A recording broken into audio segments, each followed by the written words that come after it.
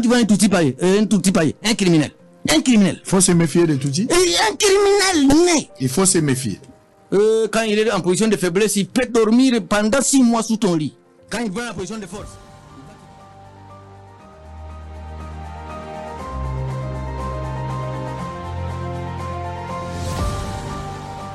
Amateka atubwira ko kimwe mu biha Jenoside imbaraga ari ugukwirakwiza amagambo namwe Abiba urwango mu bantu no kwerekana ko hari ubwoko cyangwa se uruhande runaka rutari rwiza. Ibyo abanyarwanda turabahamya babyo cyane ndetse ntabwo bishidikanywaho.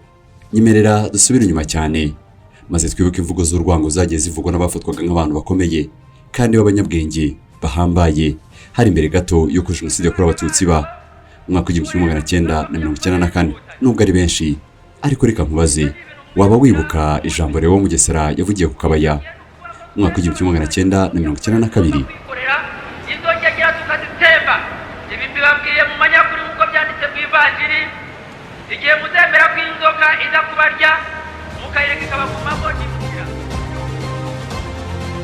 Ushobora kwibaza impamvu y'ibi. Nibyo kubyibaza uri mukuri. Uyu munsi mu karere ka Afurika y'Uburasirazuba nta kindi kivugwa ni intambara iri mu burasirazuba bwa Kongo. Ibi bitumye nanone nifuza kukubwira umwe mu bantu bafatwa nk'abambere kandi bavuga ari kijyana ni muri Repubulika Iharanira Demokarasi ya Kongo. Imvugo ze zikomeje guca ibintu ni amagambo mabi kandi yuzuye mu rwango n'urwango rwinshi afitiye abakongomani bavuga ururimi rw'Ikinyarwanda aba bari mu bwoko bw'Abatutsi. Et nous insistons que même dans les négociations qui se tiennent, que ce soit à Luanda, que ce soit à Nairobi ou ailleurs, quand nous voyons les délégués qui nous représentent.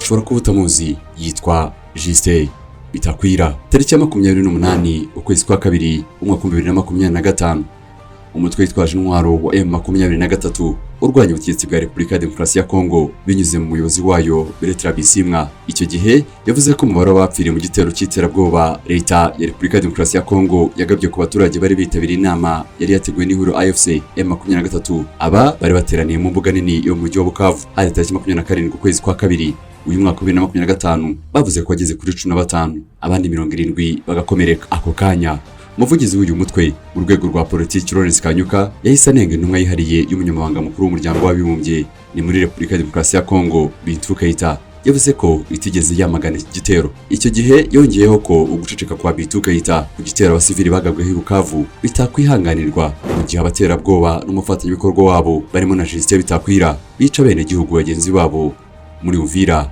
Minembwe no mu bice byegeranye. Nyemerera dusubire inyuma twibukiranye uyu mugabo wari we. Uyu ni umuhezanguni ashyigikiwe n'ubutegetsi bwa Repubulika ya Demokarasi ya Kongo. Uyu ageze ahabwa umwanya mu rusengero agashishikariza abanyekongo kwanga Abatutsi. Yabaye kandi minisitiri w'iterambere ry'icyaro n'umudepite mu nteko ishinga amategeko ya Repubulika ya Demokarasi ya Kongo. Ari mu bihano yafatiwe n'umuryango umwe bw'i Burayi kuva mu kwezi kwa 12 umwaka wa 2022. Icyo gihe nabwo yaziraga gushishikariza abanyekongo kugirira nabi abanyamurenge. Mu bihano yafatiwe byari kumwambura uburenganzira bwo gukorera ingendo mu bihugu bigize umuryango n'umuryango umwe bw'i Burayi. Hari hagamijwe guhagarika imvugo ze zigaragaza urwango afitiye Abatutsi cyane cyane abanyamurenge. Gusa ibi ntacyo byatanze. Yakomeje kugendera mu murongo we mu bwisanzure busesuye n'ubwisanzure ahabwa n'ubutegetsi.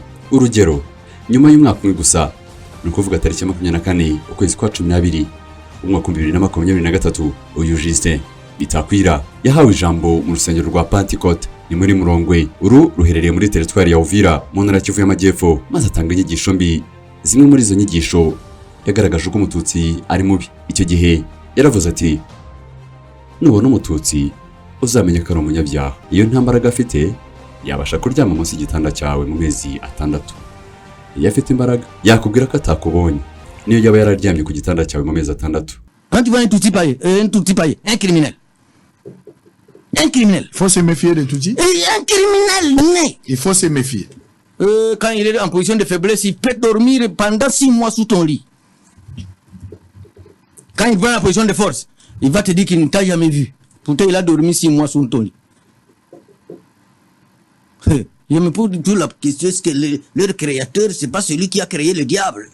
Gusa mbere yuko avuga atya mu kwezi kwa gatandatu muri uwo mwaka wa 2023 abahagarariye abanyamurenge bandikiye Minisitiri w'Ubutabera wa Repubulika ya Demokarasi ya Kongo ni Rose Mutombo icyo gihe bamumenyeshaga ko amagambo ya Bitakwira akomeje gutuma imiryango yabo ikorerwa urugomo. Abanyamurenge bagaragaje ko amagambo ya Bitakwira afitanye isano n'urwango uyu munyapolitiki afite abanyarwanda. Basobanura ko umunyamurenge atari umunyarwanda ahubwo ari umunyekongo. Muri rusange uyu Justin Bitakwira yavutse tariki ya 5 kwezi kwa 12 umwaka w'1960 n'umunyapolitiki w'umunyekongo wabaye minisitiri ushinzwe iterambere ry'icyaro ndetse ubu n'umudepite ku rwego rw'igihugu. Ashinjwa gukomeza gukoresha imvugo z'urwango n'ivangura byibasira abanyamurenge. Aba bakomeje kwibasirwa ndetse bakagabwaho ibitero n'imitwe yitwaje intwaro. Kuko tuzi icyo Jenoside ari cyo, tukamenya ko amagambo nk'aya Abiba urwango ari imwe mu ntwaro zifashishwa n'abagamije kuyitegura, twarize ndetse dukomeje kwamaganira kure abantu nk'aba aho baba bari hose ku isi hose.